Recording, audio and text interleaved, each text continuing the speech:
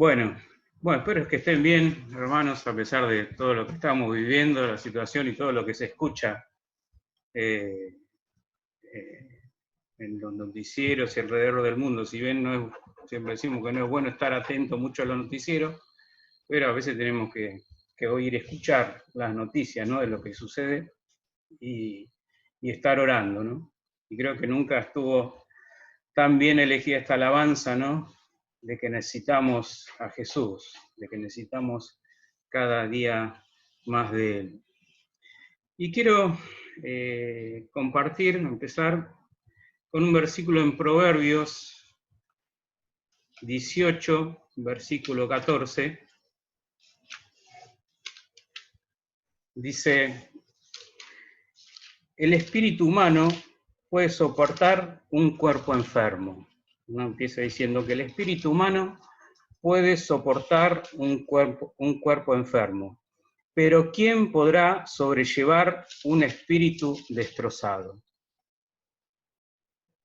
Nosotros como seres humanos padecemos enfermedades, tenemos dentro de nuestra familia, amigos, de nuestros hermanos también, hermanos que están soportando, sobrellevando diferentes tipos de crisis, de aflicciones, de enfermedades, y que lo están soportando. La palabra es esa, ¿no? La palabra es soportando, ¿no? Estamos soportando crisis, estamos soportando ahora esta crisis que estamos viviendo con el coronavirus, ¿no? Y nuestro cuerpo lo estamos sobrellevando, ¿no? Lo estamos soportando de una manera u otra, ¿no? Lo estamos tratando de soportar y sobrellevar lo mejor posible. Y bueno, eso estamos acá, estamos vivos, seguimos adelante y nuestro cuerpo lo está soportando. Pero después dice la palabra: pero ¿quién podrá sobrellevar un espíritu destrozado? O sea, ¿quién podrá sobrellevar? ¿Quién podrá estar? ¿Quién podrá seguir adelante cuando tenemos nuestro espíritu destrozado, cuando tenemos nuestro espíritu abatido? O sea, indudablemente no podemos seguir adelante. La clave para nuestra vida, para cada uno de nosotros y para la vida del cristiano está ahí, está en nuestro espíritu, está en tu espíritu, está en dejar que Dios te llene con su Espíritu Santo. La clave para sobrellevar, la respuesta para llevar esta crisis, para llevar nuestras aflicciones, nuestros problemas, está justamente en nuestro espíritu, está en tu espíritu, está en lo profundo de tu vida, en lo profundo de tu corazón. Allí es donde está la respuesta y la fortaleza para llevar toda esta crisis, todos estos problemas y todas estas dificultades. Las enfermedades, las crisis, todo, dice que el cuerpo lo soporta, lo aguantamos, lo sobrellevamos, pero ya cuando tenemos nuestro espíritu roto, nuestro espíritu abatido, ya es muy, muy difícil de sobrellevar. Y es algo que nosotros tenemos que entender. Y es algo que también muchas veces nosotros dejamos como cristianos que suceda también en nuestras vidas. O sea, no tenemos ese espíritu que Dios pone en nosotros, que es Dios el que lo pone, para poder sobrellevar todas estas crisis y todos estos problemas. La palabra clave es soportar, la palabra clave es permanecer, la palabra clave es estar firme. Eso es lo que Dios espera y lo que Dios está queriendo de cada uno de nosotros. La palabra es permanecer. Y es una palabra que a mí me ayudó mucho, ¿no? Porque a pesar de las dificultades, a pesar de todos los problemas que venimos teniendo, y más quizás los hermanos que ya llevan más años, ¿no?, en el Evangelio, veo ahí a Alberto, Marcela, Carlos también, varios que hace años nos conocemos, sabemos, ¿no?, también toda por todas las cosas que pasamos a nivel personal y también como congregación y como iglesia. Y buscando justamente un ejemplo de permanecer, un ejemplo de estar firme, ¿no? Y buscando también a una persona en la Biblia que haya pasado también por todas estas dificultades, no pude más que ir a parar en la persona de Pedro, ¿no? Pedro creo que es el ejemplo claro de cada uno de nosotros, ¿no? En cuanto a su actitud, en cuanto a sus deslices que a veces tuvo, ¿no? Sus metidas de pata. Todos sabemos la característica que Pedro tenía en su personalidad. Y los invito a que vayamos a Primera de Pedro, capítulo 1, versículos del 24 y 25. Justamente Pedro es el que habla de permanecer, habla de estar firme, ¿no? Es una persona que a lo largo de su vida pasó por montones de circunstancias, de situaciones, y quién más que él para hablar de firmeza y de estar firmes, ¿no? Y dice Pedro, toda carne es como hierba, y toda la gloria del hombre como la flor de la hierba. La hierba se seca y la flor se cae.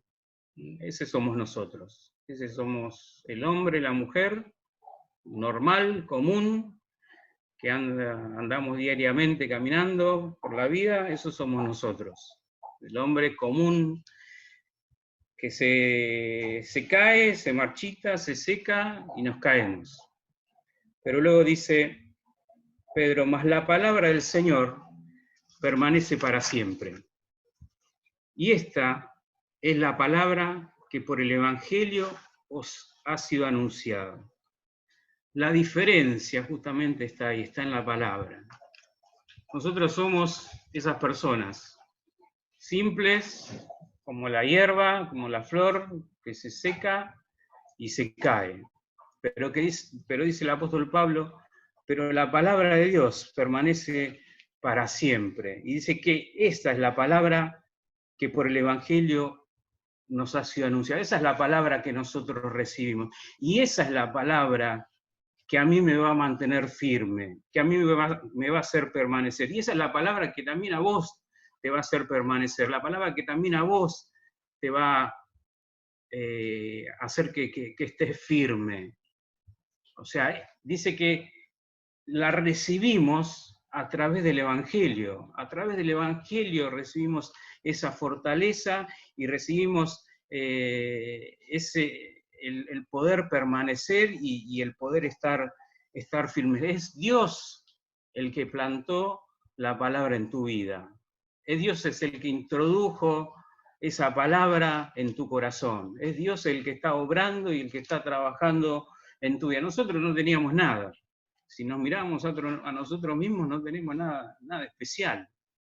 No habíamos hecho nada para permanecer, nada para estar firmes. O sea, es la gracia y el amor de Dios el que actuó en tu vida y en mi vida. No tenemos nada especial.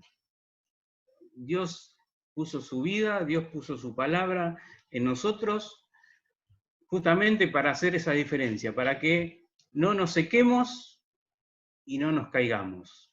Sin esa palabra de Dios, sin el Evangelio de Dios en nuestras vidas, nos vamos a secar y nos vamos a caer. Te vas a secar y te vas a caer. Por eso muchas veces miro la asistencia, ¿no? en el Zoom, ¿no? En las reuniones, y a veces, bueno, me duele un poco porque a veces va bajando todo y no sé por qué baja. Espero que no sea porque se van o se apartan, ¿no? Espero que sean por otros motivos, ¿no? Pero realmente es muy triste y muy doloroso, ¿no? Cuando personas, hermanos, amigos que conocemos o que tenemos y se apartan, ¿no? Como dice, se seca y se cae. Y justamente es por esto, justamente es porque no está la palabra de Dios arraigada, metida en sus vidas o metida en nuestros corazones. Eso es lo que impide que nos sequemos y nos caigamos. Si nosotros vemos esta carta del apóstol Pedro, dice que esta carta está dirigida, cuando comienza, dice que le habla a los cristianos, dice que les habla a los expatriados, ¿no? A los cristianos que están siendo perseguidos, que fueron expulsados, que están huyendo, que están escapando, dice en el Ponto, en Galacia, Capadocia, Bitinia y en Asia. O sea, esta carta Pedro se las dirige a estas personas, que eran personas que no estaban viviendo de la mejor manera, estaban siendo perseguidas, la estaban buscando para meterlas presas, para capturarlo, hasta para matarlo. O sea, la misión, justamente que en ese tiempo estaba el Imperio Romano, la misión del Imperio Romano era exterminar a los cristianos. O sea, querían que desaparecieran los cristianos del imperio, bueno, y de la faz de la tierra. Esa era la misión que tenía el Imperio Romano. Entonces, Pedro, esta carta se la está enviando justamente a esas personas que estaban padeciendo y estaban refugiadas y escondidas justamente para que no los agarraran, para que no los atraparan. Entonces Pedro le escribe esta carta justamente a esas personas. Y Pedro justamente le escribe esta carta animándolos a estar firmes, a permanecer. ¿Y quién mejor que Pedro para escribir esta carta? Una persona que fue llamada por Jesús, que Jesús lo conocía, Jesús sabía quién era, que vivió y pasó por un montón de situaciones, ¿no? Hasta llegar hasta este último momento. Ya Pedro ya estaba en Roma, ya estaba preso y estaba escribiendo estas cartas a las iglesias. Pero quiero ir a cuando comienza. Juan capítulo 1, versículo 42, cuando Jesús se encuentra por primera vez con Pedro. O sea, ¿cómo es ese inicio de Pedro? Que puede ser también como tu inicio, como el mío, cuando nos iniciamos en el Evangelio, cuando conocimos a Cristo, que seguro es de la misma manera. No, creo que no puede haber otra manera de encontrarse con Jesús. Dice en Juan 1:42, dice, y mirándole Jesús dijo, tú eres Simón, hijo de Jonás, tú serás llamado Cefas, que quiere decir Pedro, de la palabra piedra en arameo. Y dice que Jesús, mirándole, en otra versión dice mirándole fijamente. Es muy distinto ver, ¿no?, que mirar. Uno puede estar viendo, pero mirar ya es algo más específico. O sea, cuando yo le digo, mirá esa planta, o sea, ya está posando su atención, su mirada sobre esa planta. Entonces dice que cuando Jesús dice que estuvo mirándolo a Pedro, dice que lo miraba fijamente. ¿Qué estaría mirando, no? Seguramente ya el Padre le habrá encomendado a Pedro, le habrá dicho seguramente, mirá, llama a este hombre, llámalo a Simón, que él te va a ser útil para la obra, yo quiero que él sea el fundamento para la iglesia, yo quiero que él sea la piedra donde mi iglesia se forme, donde mi iglesia sea formada a través de él. Y dice que Jesús lo miró fijamente. Y ahí fue ese encuentro que tuvo Jesús con Pedro, que se llamaba Simón. Simón quiere decir el que oye a Dios, ¿no? Justamente tenía ese nombre, Simón. Y de llamarse el que oye a Dios, pasó a ser el que forma, el que sostiene y el que inicia la obra, el que trabaja y sostiene a la iglesia. Entonces, de ser oyente pasó a ser un trabajador, ¿no? A actuar y a obrar. Y ese es el encuentro que Jesús tuvo con Pedro. Y ese es el encuentro también que nosotros tuvimos con Jesús. Que seguramente Jesús también te miró. Jesús te miró fijamente, se detuvo y te miró. Y te llamó.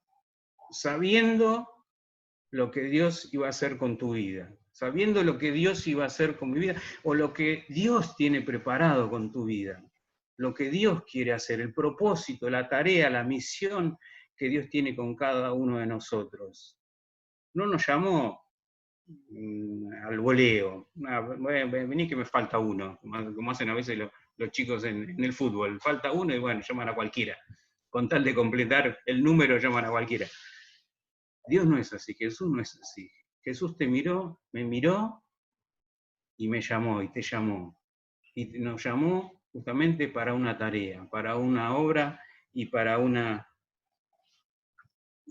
misión, sabiendo cómo era Pedro. O sea, pobre Pedro siempre le damos, ¿no? Porque siempre decimos que era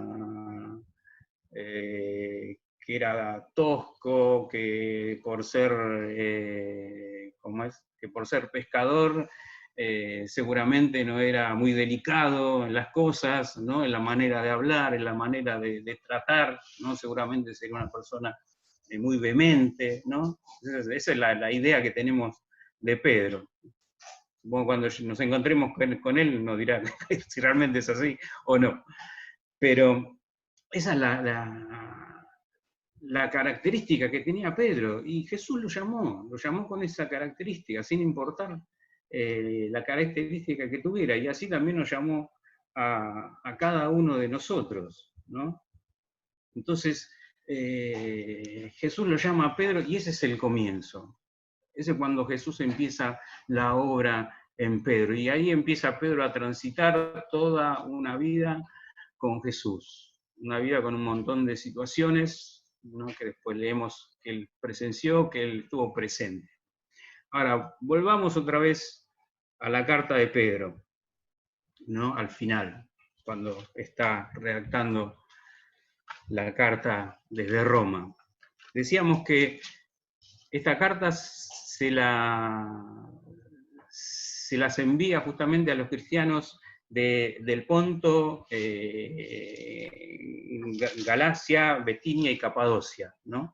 Entonces, y decíamos que eran personas que ya estaban siendo perseguidas, y él les envía esta carta justamente para animarlos, para fortalecerlos, para decirles que se mantengan firmes en la palabra, que se mantengan firmes en la fe, que permanezcan, ¿no? Que permanezcan firmes, que continúen adelante. Y dice que la zona de Capadocia, después los animo a que lo busquen, ¿no? No era una ciudad, un pueblo, ¿no? Como nos imaginamos, como vieron que a veces ven la ciudad de Belén o Israel, o sea, zonas fortificadas o con calles, todo no. Dice que la zona de Capadocia, si después buscan en las fotos, está hecha por formaciones volcánicas. Hay un montón de piedras, de rocas grandes, enormes, que son de sedimentos volcánicos, ¿no? Están compuestas por rocas que han sido formadas a través de muchos años, ¿no? Se fueron formando y hay torres que son inmensas.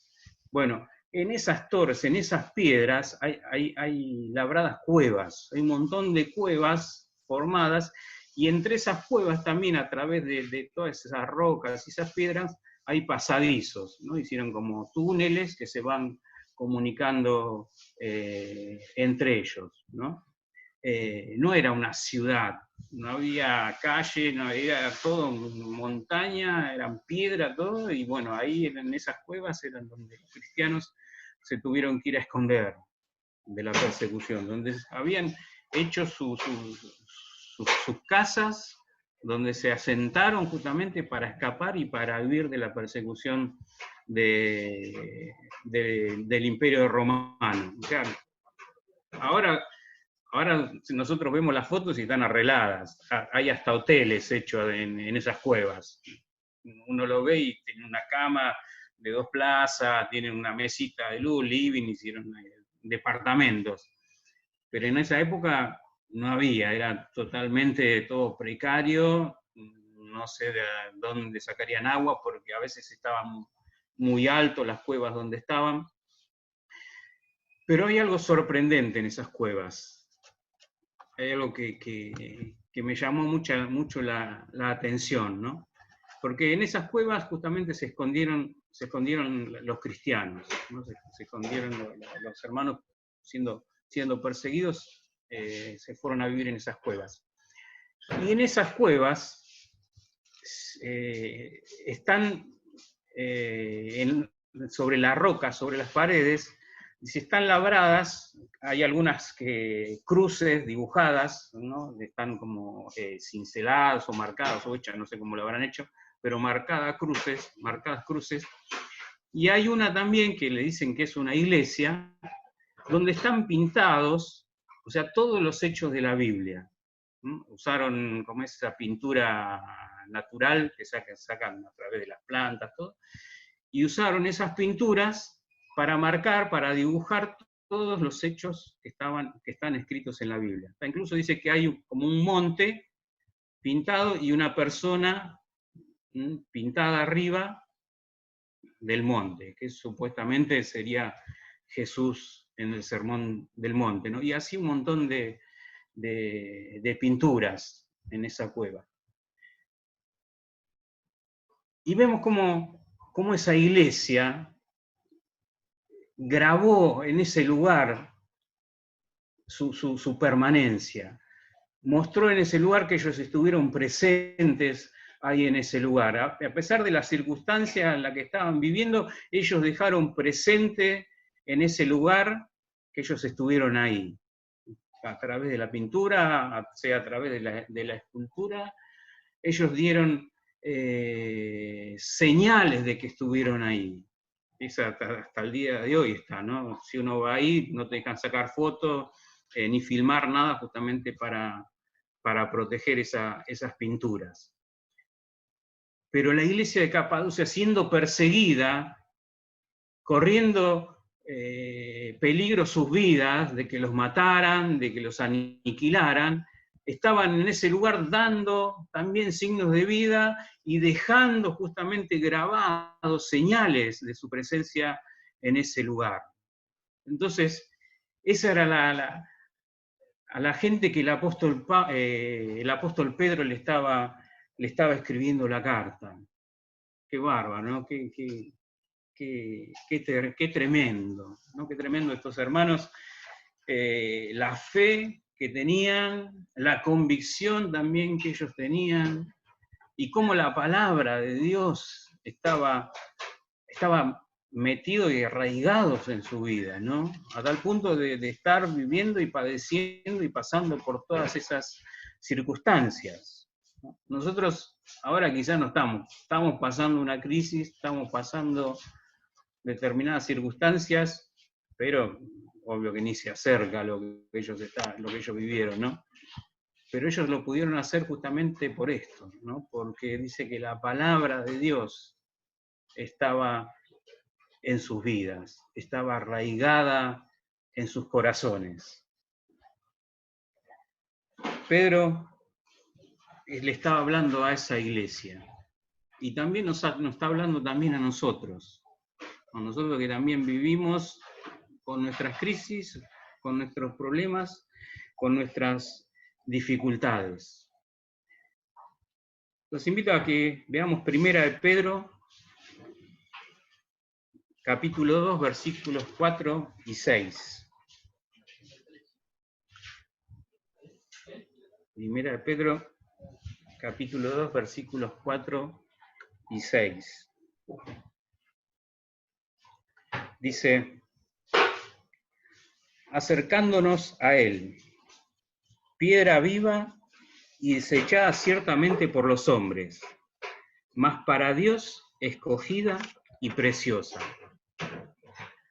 Vosotros también, como piedras vivas, sed edificados como casa espiritual y sacerdocio santo, para ofrecer sacrificios a Dios por medio de Jesucristo.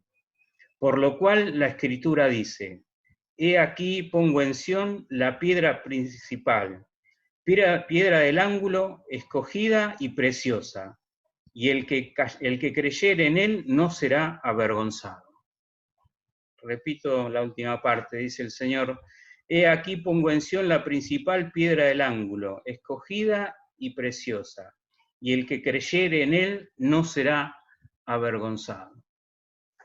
El que creyere en él no será avergonzado. Jesús es nuestra roca. Jesús tiene que ser tu roca. En él es donde nosotros tenemos que afirmarnos y tenemos que afianzarnos, y en él es donde tenemos que permanecer. Jesús dio una enseñanza, ¿se acuerdan del hombre que construyó su casa sobre la arena y sobre la roca, ¿no? Y él decía que comparaba a estos hombres, ¿no?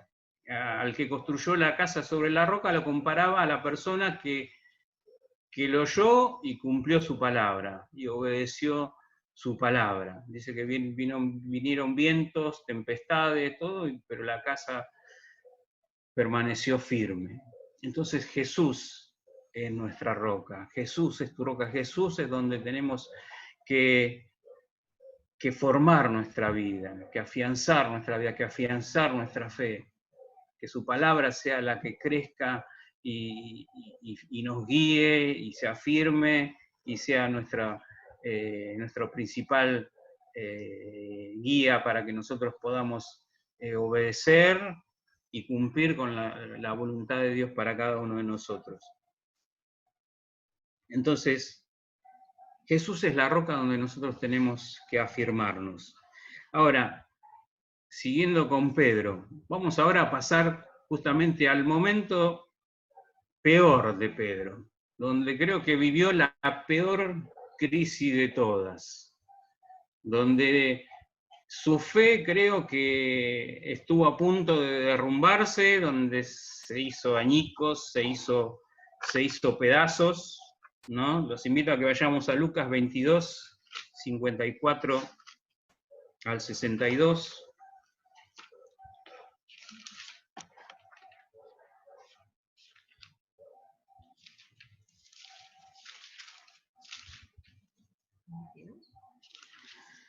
...22, que es cuando Pedro niega a Jesús.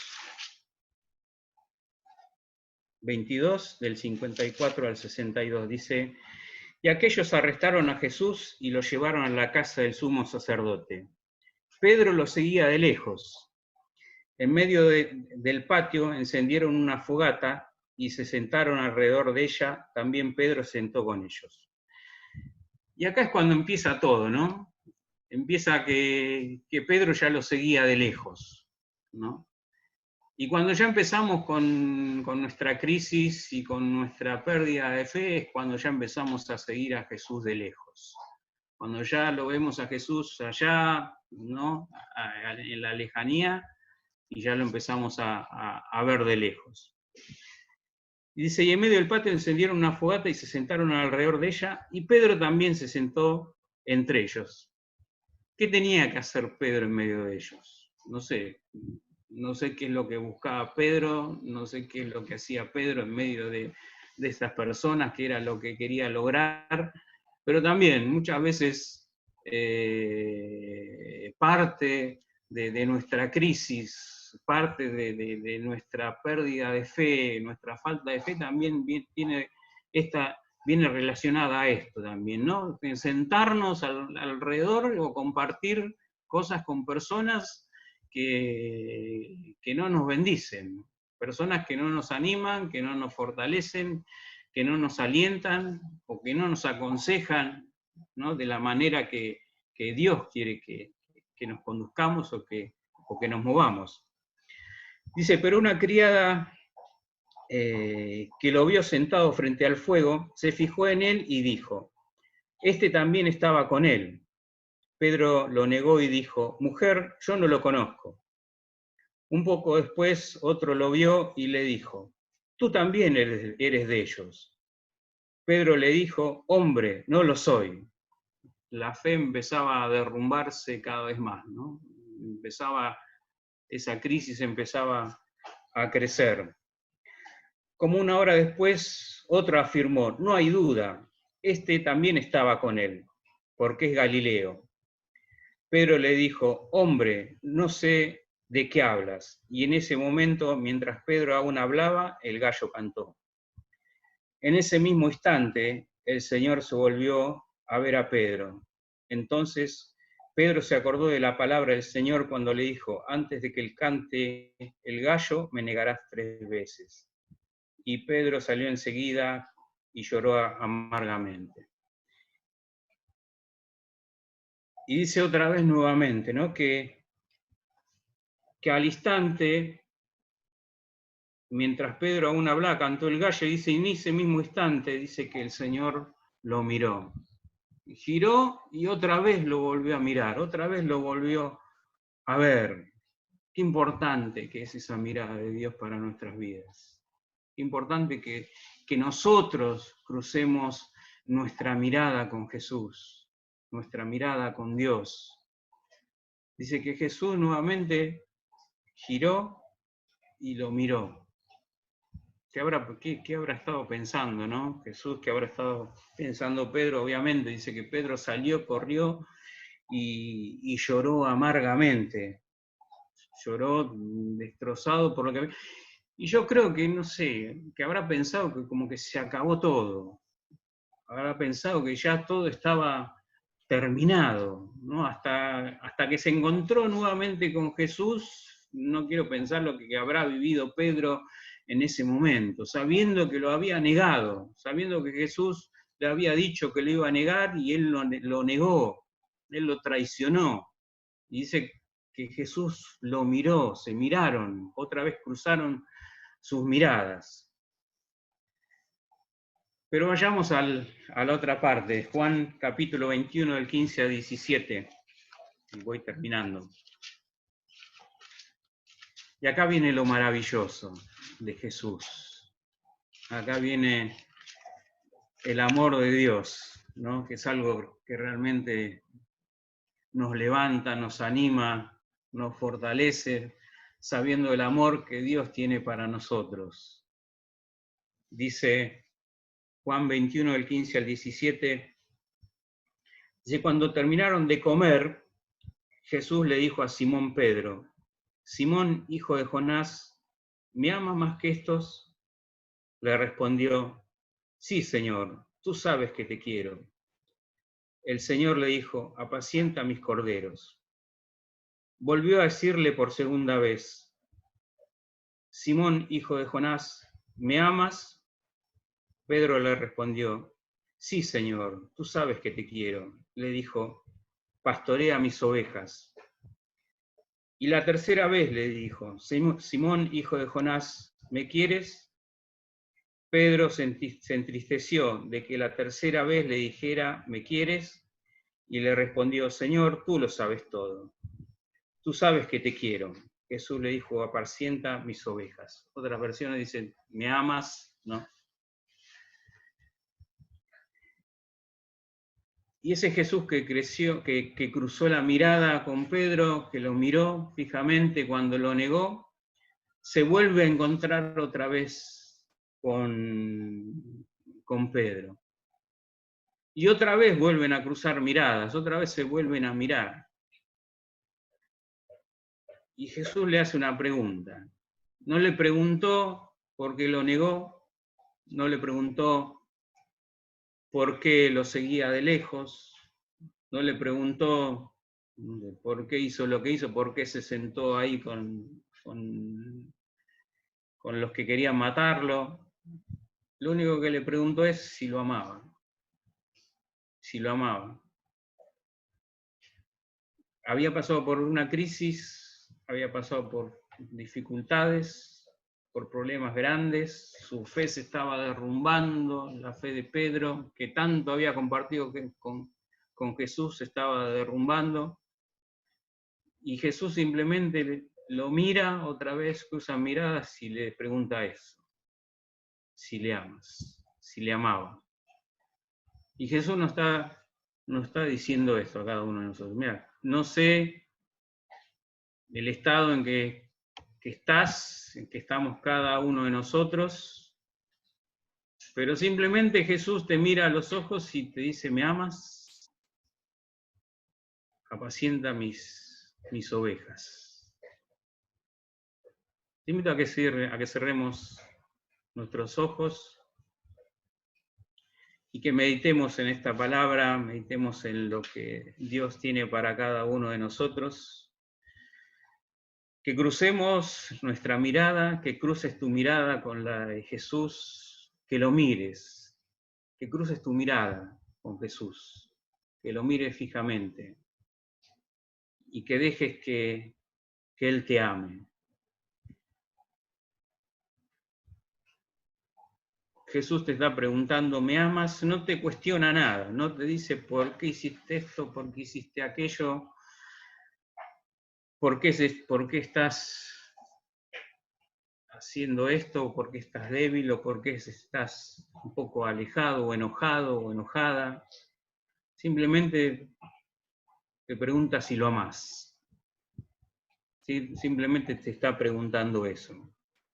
Apacienta mis ovejas. Yo tengo una tarea, yo tengo un propósito para tu vida. Yo te llamé para que cumplas con ese propósito, para que cumplas con esa tarea. Yo te miré fijamente, te miré a los ojos y te llamé para que cumplas con una misión y para una tarea que vos la podés hacer.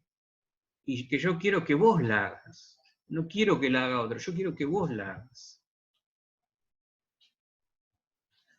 Amado Dios y Padre bueno, Señor, quiero bendecir tu nombre en esta hora. Padre, y darte gracias por tu amor, por tu fidelidad, por tu misericordia. Y Señor, te ruego que nos ayudes a estar firmes, que nos ayudes a permanecer, Señor, en tu palabra. Señor, que tu palabra se arraigue en nosotros, Señor. Padre, que tu palabra crezca, eche raíces profundas en nuestras vidas, en nuestro corazón, Dios. Señor, en el nombre de Jesús te ruego por aquellos que están pasando por momentos de crisis, de dificultades. Señor, para que vos los consueles, para que vos los fortalezcas. Señor, y para que puedan recibir tu amor, Dios. Y también para que ellos, para que nosotros también podamos, Señor, decir que te amamos, sabiendo que vos lo conocés y lo sabés todo, Señor. Te amamos, Señor, te amamos. ¿Dónde vamos a ir? ¿A quién iremos, Señor? Padre, si sabemos que apartados de vos, Señor, nos secamos y nos caemos. Solamente en vos hay palabra de vida eterna. Bendito sea tu nombre, Señor. Gracias, Señor. En el nombre de Jesús. Amén.